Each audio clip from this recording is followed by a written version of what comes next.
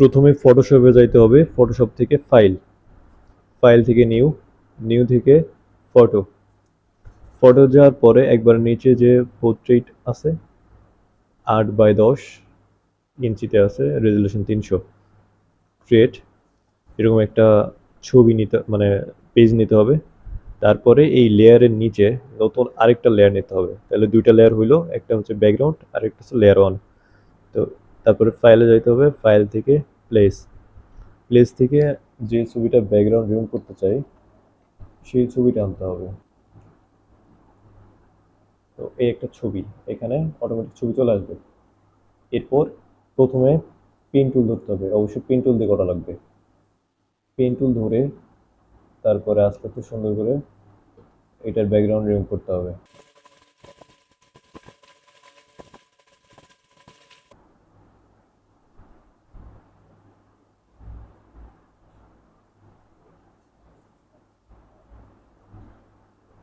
তো এভাবে সিলেকশন করতে হবে। এই পেন টুল দিয়ে সিলেকশন করার পরে কন্ট্রোল চেপে ধরে ইন্টার চাপ দিলে এটা সিলেকশন হয়ে যাবে। এরপর যদি এখানে মার্কস করি, মার্কস করলে এটার ব্যাকগ্রাউন্ডটা চলে গেল, কিন্তু এটা পিএনজি করতে হবে কারণ এর পিছনে কোনো ব্যাকগ্রাউন্ড রাখা যাবে না।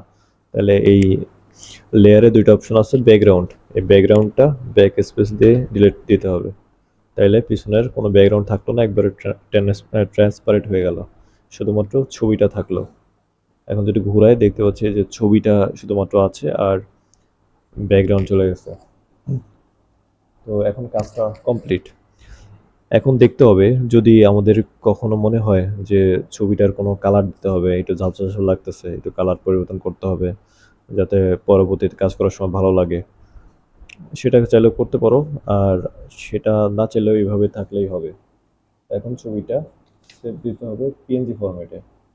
তো সেভ দেওয়ার সময় অবশ্যই এখানে যে কাজটা করতেছি সেইটার নাম লিখতে হবে। এটা হচ্ছে একটা চিনি, তো চিনি দিয়ে একটা ফোল্ডার তৈরি করতে হবে। তো এইখানে একটা ফোল্ডার তৈরি করলাম যে সুগার, সুগার নামে একটা ফোল্ডার তৈরি করলাম যেখানে সব পিএনজি থাকবে। সুগার লিখলাম এবং এখানে টাইপ দিতে হবে পিএনজি, এখানেও লিখলাম সুগার। আমাদের চিনি যদি অনেকগুলো থাকে তাহলে দিতে পারি সুগার 01, সুগার 01 দিয়ে ইন্টার দেব, ওকে দেব, তাহলে একটা পিএনজি ছবি তৈরি হয়ে গেল। এখানে সুবিধা হচ্ছে চাইলে আমরা যে কোনো ডিজাইন করার সময় এই পিএনজি ফাইলটা ব্যবহার করতে পারবো পরবর্তীতে। এখন যদি আমরা কোনো একটা ডিজাইন করি এখানে,